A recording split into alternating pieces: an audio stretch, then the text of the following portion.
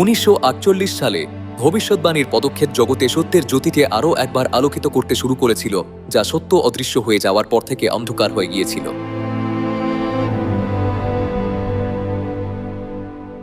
রাজা দাউদের 40 বছরের রাজত্বের ভবিষ্যৎবাণী অনুসারে 37 বছরের যাজকত্ব, যা যিশু তার প্রথম আগমনের সময় অসমাপ্ত রেখে গিয়েছিলেন, অবশেষে শুরু হয়েছিল। কিন্তু সেই সুসমাচার ক্ষেত্র যেখানে সত্য পুনঃস্থাপিত হওয়ার দরকার ছিল, সেটা ছিল পাথুরে মরুভূমি, যেখানে এক বিন্দু ঘাসও জন্মাতে পারত না।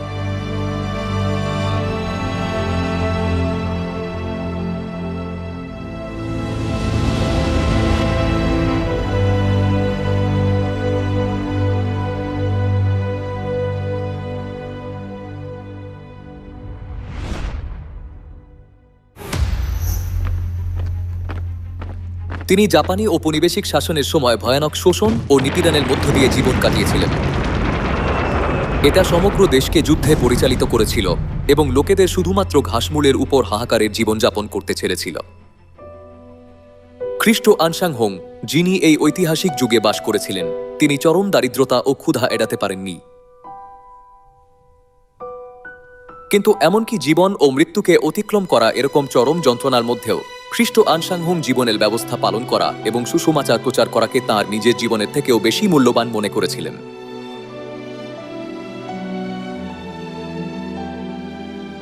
আমাদের কখনোই মৃত্যুর কাছে বিশ্বাস হারানো উচিত নয়। জয়ী হওয়ার জন্য আমাদের কখনোই এই জীবনের বশীভূত হওয়া উচিত নয়। কোরিয়ার যুদ্ধের সময় ইয়ানসান পর্বতের কাছে মৃত্যুর মুখে থাকাকালীনও আমি হার মানিনি। আমি কাজের কারণে বিশ্রাম দিনকে কখনো অপবিত্র করিনি। সুসমাচার প্রচার করার জন্য আমি আমার জীবন দিতেও বাকি রাখিনি। এই অন্ধকার ও কঠিন সময়ের মধ্যে খ্রিস্ট আনসাং হোংকে সুসমাচারের ভিত্তি স্থাপন করতে হয়েছিল। তার শারীরিক জীবন নিজেই ছিল দারিদ্র্য।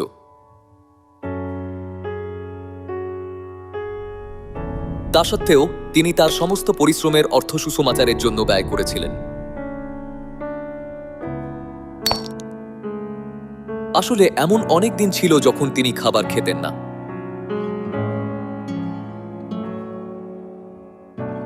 এমনকি মৃত্যুর তীব্র যন্ত্রণার মধ্যেও তিনি জগতের উদ্ধারের জন্য অসংখ্যবার উপবাস করেছিলেন ও প্রার্থনা করেছিলেন।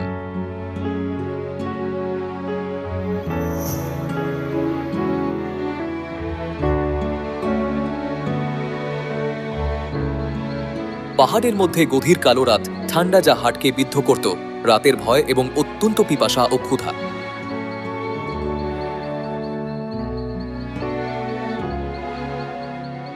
যদিও মৃত্যুর যন্ত্রণা তার শরীরকে বিদ্ধ করেছিল, তিনি উপবাসের সময় প্রার্থনা করা বন্ধ করেননি।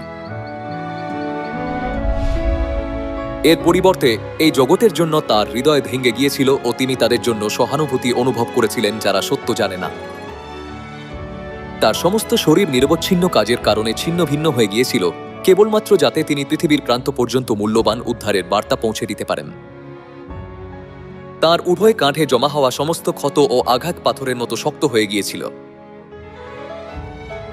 এক গ্রীষ্মকালে প্রচার থেকে চার্চে ফিরে আসার পর পিতা তার জ্যাকেট খুলেছিলেন এবং আমি লক্ষ্য করেছিলাম যে তার ঘাড়ের পিছনের অংশ ফুলে গিয়েছিল এবং মুঠোর মতো বড় হয়েছিল।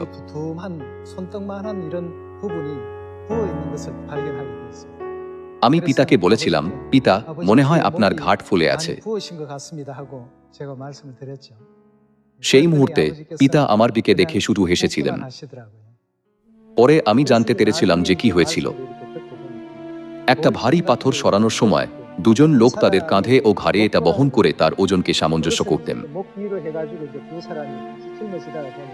যেহেতু পিতা তার ঘাড়ে পাথর বহন করতেন, তাই তার ঘাড়ে মুঠোর মতো বড় করা পড়েছিল।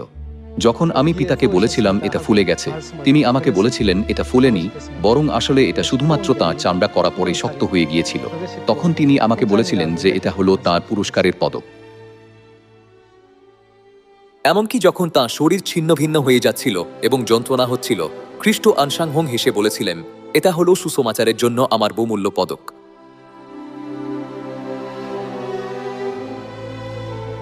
একটা মুঠো সমান বড় করা পড়ার জন্য আপনাদের চামড়াকে কতবার আহত এবং চূর্ণ হতে হয়েছে।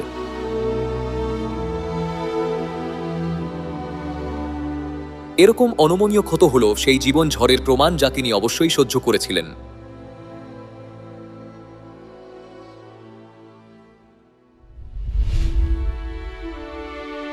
তার কঠোর পরিশ্রমের বেতন দিয়ে তিনি জীবনের সত্যের পুস্তক লেখার জন্য পেন এবং নোটবুক কিনতেন। তিনি পৃথিবীর প্রান্তের প্রত্যন্ত অঞ্চলে তার সমস্ত সন্তানদের খোঁজার জন্য প্রচারের খরচ প্রস্তুত করেছিলেন।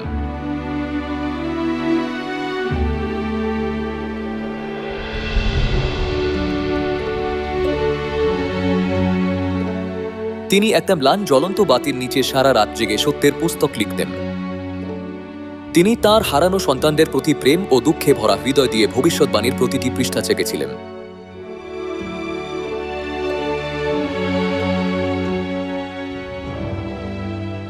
এই জন্য আমাদের উদ্ধারের জন্য ঈশ্বর কত প্রচেষ্টা করেছেন, আমাদের এই বিষয়ে গভীরভাবে চিন্তা করা উচিত। আমাদের ব্যবহারিক শিক্ষা দেওয়ার জন্য ঈশ্বর কিছুই বাদ দেন না। এই চিন্তা সবসময় আমার মধ্যে থাকে যে যদিও তিনি হলেন প্রশংসা পাওয়ার যোগ্য ঈশ্বর, তবুও তিনি অনেক কষ্ট ভোগ করেছিলেন আমাদের উদ্ধারের পথে পরিচালিত করার জন্য। পিতা তার কঠিন পরিশ্রমের দ্বারা উপার্জন করা বেতন চার্চ পরিচালনার জন্য এবং এমনকি সত্যের পুস্তক লেখার জন্য ব্যবহার করতেন।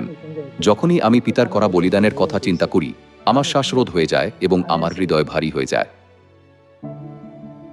এর কারণ এটা নয় যে খ্রিস্ট আনসাংহোম অশিক্ষিত ছিলেন, তাই তিনি এরকম কঠিন জীবনযাপন করেছিলেন। যে কোনো পরিস্থিতিতে বিশ্রাম দিন পালন করার উদাহরণ স্থাপন করার জন্য এবং তার হারানো সন্তানদের খোঁজার খরচ জোগাতে তিনি বিপজ্জনক ও কঠিন কাজ করেছিলেন। কিন্তু তিনি অন্যদের দ্বারা উপহাসিত, তুচ্ছ এবং প্রত্যাখ্যাত হয়েছিলেন। খ্রিস্ট আনসাংহোমের জন্য এই জগতের শুধুমাত্র কঠোরতম কাজ বাকি ছিল।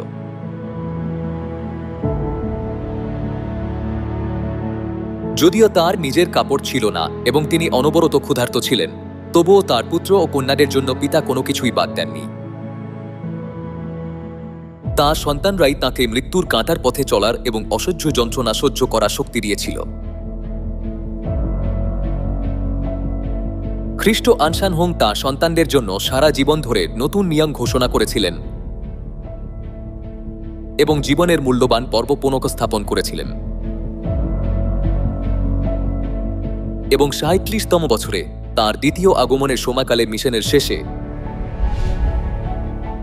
তিনি ইতিমধ্যেই মিডিয়ার মাধ্যমে সাক্ষ্য দিয়েছিলেন যে দাউদের সিংহাসনে ৪০ বছরের রাজত্বের ভবিষ্যৎবাণী সম্পূর্ণ করার পর তিনি চলে যাবেন।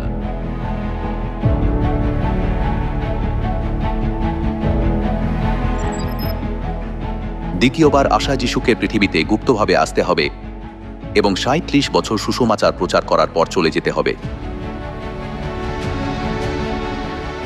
তিনি সময়ের আগেই তাঁর শিষ্যদের বলেছিলেন যে তিনি শীঘ্রই চলে যাবেন এবং তিনি শান্তভাবে তাদের সুসমাচারের পথ প্রস্তুত করতে দিয়েছিলেন।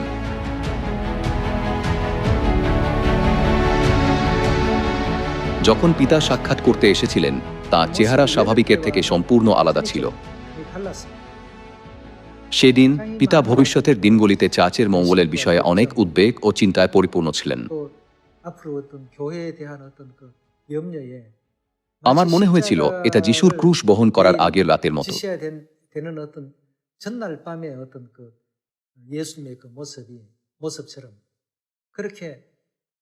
যখনই আমি পিতাকে দেখতাম, তিনি সব সময় নম্র ও স্নেহময় ছিলেন এবং তার আশেপাশের লোকেদের স্বস্তি অনুভব করাতেন। কিন্তু সেই দিন তিনি বেশি কিছু বলেননি। তিনি খুবই নিস্তব্ধ ছিলেন। পিতা আমাকে ডেকে বলেছিলেন, যদি আমি আর আমার ২ হাত ও ২ পা ব্যবহার করতে না পারি, তাহলেও কি আপনি আপনার বিশ্বাস ধরে রাখতে এবং শেষ পর্যন্ত আমাকে অনুসরণ করতে পারবেন? এটা প্রথমবার ছিল যখন পিতা আমাকে এরকম কিছু জিজ্ঞাসা করেছিলেন। আমি খুবই অবাক হয়েছিলাম। যদিও পিতা তাঁর স্বর্গারোহণের বিষয়ে ইঙ্গিত করেছিলেন, আমি সেই মুহূর্তে বুঝতে সক্ষম ছিলাম না। আমি উত্তর দিয়েছিলাম, আমি শেষ পর্যন্ত আপনাকে অনুসরণ করব। আমাদের সকলকে এটাই শিক্ষা দেওয়া হয়েছে, তাই যাই হোক না কেন, আপনি আমাদের যেখানেই নিয়ে যান, আমাদের কি আপনাকে অনুসরণ করা উচিত নয়? কেবলমাত্র তখনই পিতা তাঁর মাথা নেড়েছিলেন। খ্রিস্ট আনসাংহোম তাঁর ৩৭ বছরের যাজকত্ব চলাকালীন জীবনের সত্য পুনঃস্থাপন করেছিলেন, যা নাশ হয়ে গিয়েছিল। তিনি অনবরত প্রেম ও নিষ্ঠার সাথে নতুন নিয়মের সত্যের জ্যোতির শিক্ষা দিয়েছিলেন।